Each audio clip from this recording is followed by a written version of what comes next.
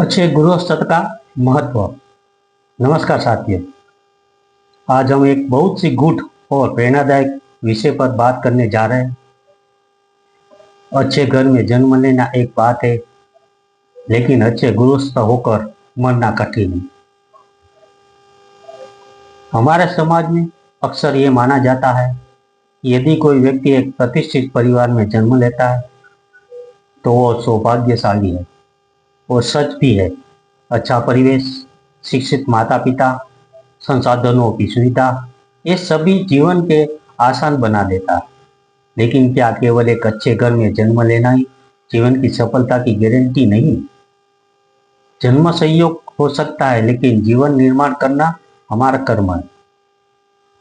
किसी भी संपन्न परिवार में जन्म लेना एक वरदान होता है, परंतु जीवन की असली परीक्षा तब होती है जब हम अपने रिश्तों, जिम्मेदारियों और मूल्यों को संभालते हैं।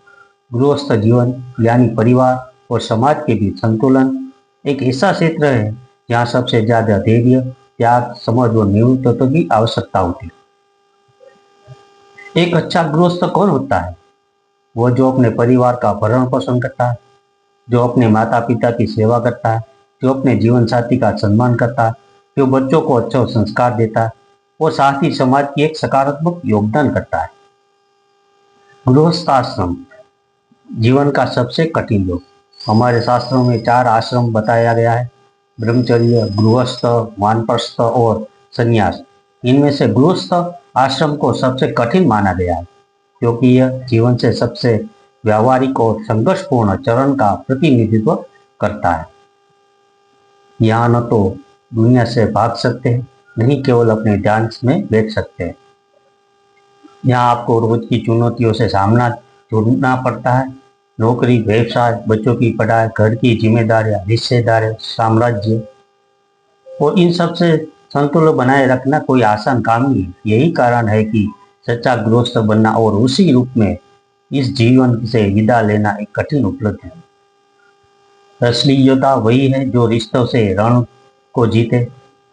आज के समय में तलाक बढ़ रहा है, रिश्ते कमजोर हो रहे, परिवार बिखर रहा है, लेकिन जो व्यक्ति कठिनाइयों के बावजूद अपने परिवार को साथ लेकर चलता है वो सच्चा नायक। वो जो गलत फहमियों को समाज से दूर रख करता है, जो झगड़े में जीवन से ज्यादा रिश्ते निभाने को महत्व देता है, जो अपने बच्चों को केवल पैसा नहीं बल्कि संस्कार और समय देता है, वही सच्चा गृहस्थ। इतिहास और प्रेरणा। रामायण और महाभारत में भी हमें ऐसे कई गृहस्थ मिलते हैं जिन्होंने आदर्श जीवन जीवा। भगवान श्री राम स्वयं एक आदर्श गृहस्थ थे। उन्होंने राजपाट त्याग कर भी रिश्तों को निभाया।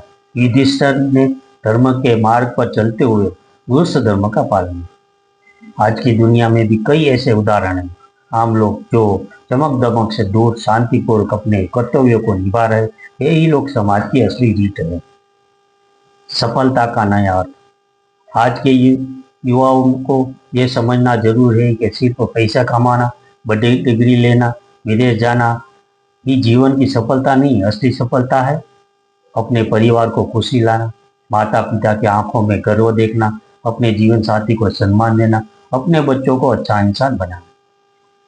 क्योंकि अंत में जब हम इस दुनिया से विदा लगे तो हम हमारी गाड़ियां, बंगला, सेल्फियों को नहीं याद रखेंगे, वे हमें याद रखेंगे तो हमारे व्यवहार, रिश्ते और मूल्यों के लिए।